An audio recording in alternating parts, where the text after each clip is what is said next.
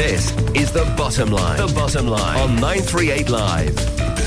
Now, the Chinese renminbi is making steady progress toward being an international currency of trade, and China is aiming for its currency to eventually achieve reserve status, which will lend its advantage in trade. And recently, South Korea, France, and Luxembourg agreed with China to welcome the renminbi clearing banks.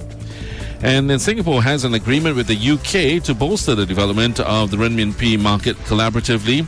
Luxembourg's Minister of Finance, Pierre, Gramegna, recently told 938 Live's Travis Teo that he wishes to have a similar agreement with Singapore. During the visit of the Prime Minister of Singapore, Lee, to Luxembourg in March, there was a first discussion about this experience between the UK and Singapore, and I want to explore the possibilities if we could have something similar, Luxembourg, Singapore, but it's not decided yet. So specifically though, what areas of cooperation can you see between Singapore and Luxembourg in boosting the internationalization of the RMB? Yes, first of all, I have to underline that Luxembourg is already a very important hub for the renminbi today. We are the largest place for RMB denominated funds in the investment fund industry. We have 46 renminbi denominated bonds listed at Luxembourg Stock Exchange. And so Singapore also has its specificities, so we can learn from each other. I would also like to underline that we received as Luxembourg the possibility to clear the renminbi thanks to an agreement that was signed by the two central banks. So now Luxembourg enjoys the clearing status as Singapore. So also there we could compare notes how we can do that.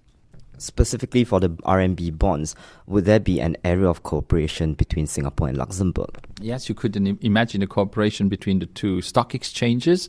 That's one example. The other one is that already today, the investment funds that are being distributed here in Singapore are to a large extent Luxembourg domiciled funds, which means that to make it simple, one fund out of two distributed here in Singapore is a fund that has its domicile in Luxembourg. So you see that the interactions in terms of markets is already happening, and maybe we could leverage that market effect at a political level and use the strengths that we both have in our international financial centers to support each other's maybe in the country's interest.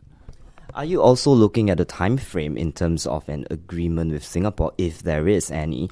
Well, we're ready to start that as quickly as possible, and I also guess that this doesn't need to be extremely formal. So I have to see with Minister Tao how he has planned to do that with the UK, and if we can eventually inspire ourselves from that model.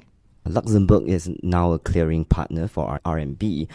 Singapore is also one. The competition is increasing, I guess, for a lot of different countries are jumping onto the bandwagon. So how do you stay ahead, Well, I think, first of all, competition is a good thing because everybody needs to do his best. And also that we must realize that the amount of renminbis that are going to be circulating, that are going to be available, will increase quite a lot over time. So I think there's business for quite a few international financial centers, so that we shouldn't be too much worried about the existence of many clearing places. Anyway, the dollar and the euro are being cleared all over the world, and that doesn't seem to be a problem.